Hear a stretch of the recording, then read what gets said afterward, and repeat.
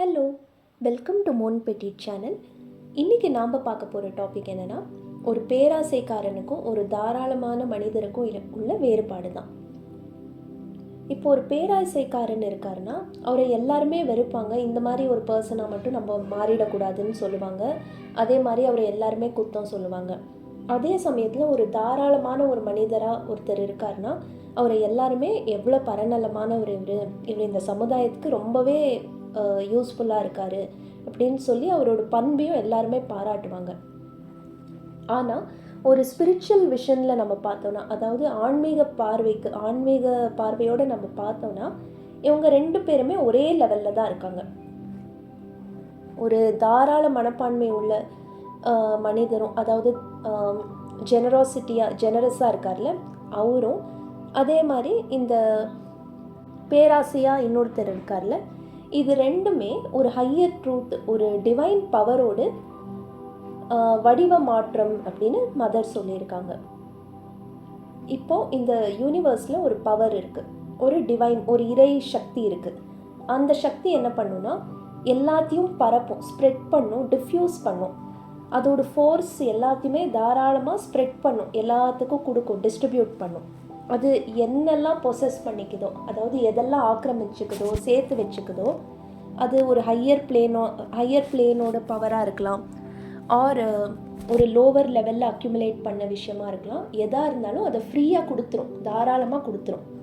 So இப்போது தாராளமாக ஒரு மனிதர் இருக்கார் அப்படின்னா அவர் இந்த சக்தியை தான் வெளிப்படுத்துகிறாரு. அவரோட ஆன்மான்றது இந்த மூமெண்ட்டை தான் எக்ஸ்ப்ரெஸ் பண்ணுது. அவர் ஒரு சேனலாக இருந்து இந்த விஷயத்தை எக்ஸ்ப்ரெஸ் பண்ணிகிட்ருக்காரு.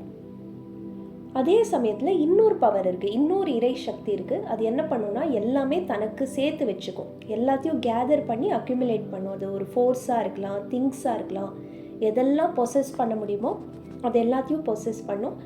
அது ஹையர் பிளேனாக மட்டும் இருக்கணும்னு இல்லை, அது லோவர் பிளேனு, எந்த பிளேனாக இருந்தாலும் எல்லாத்தையும் பொசஸ் பண்ணி தான் கூட வச்சுக்கும். நம்ம பேராசைக்காரன்னு சொல்கிறோம்ல, அவர் இந்த பவரோடு ஒரு இன்ஸ்ட்ருமெண்ட்டாக இருக்கார். இந்த ஃபோர்ஸை தான் அவர் வெளிப்படுத்துகிறாரு. இது ரெண்டுமே இறைவனோட பிளானுக்கு ரொம்ப ரொம்ப இம்பார்ட்டண்ட். இப்போது எல்லாத்தையுமே ஃப்ரீயாக தாராளமாக கொடுக்கக்கூடியவர் எந்த அளவுக்கு இம்பார்ட்டண்ட்டோ, அதே மாதிரி தான் எல்லாமே தனக்கு மட்டும்தான், எல்லாமே எனக்கு தான் சொந்தம்னு சேர்த்தி வச்சுக்கிறாருல அவரும் இம்பார்ட்டண்ட் அப்படின்னு மதர் சொல்லியிருக்காங்க. ஆனால் இந்த ரெண்டு விஷயத்தையும் இறைவனுக்கு சரண்டர் பண்ணிடணும். இந்த ரெண்டு கேரக்டரிஸ்டிக்ஸ் இருக்குல்ல, ஒன்று செல்ஃபிஷாக இருக்குது, இன்னொன்று அன்செல்ஃபிஷாக இருக்குது. இந்த ரெண்டு கேரக்டரிஸ்டிக்ஸும் இறைவனுக்கு சரண்டர் பண்ணணும்.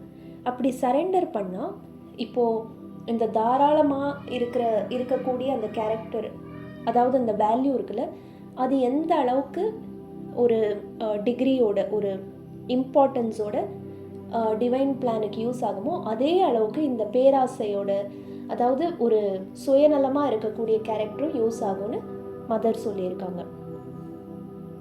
ஆனால் இது சரண்டர் பண்ணப்படாத ஒரு விஷயமா இருக்கிற பட்சத்தில் அது ஒரு ஜஸ்ட்டு அறியாமையோடு ஒரு சக்தியாக தான் அது செயல்படும்னு மதர் சொல்லியிருக்காங்க. தேங்க்யூ.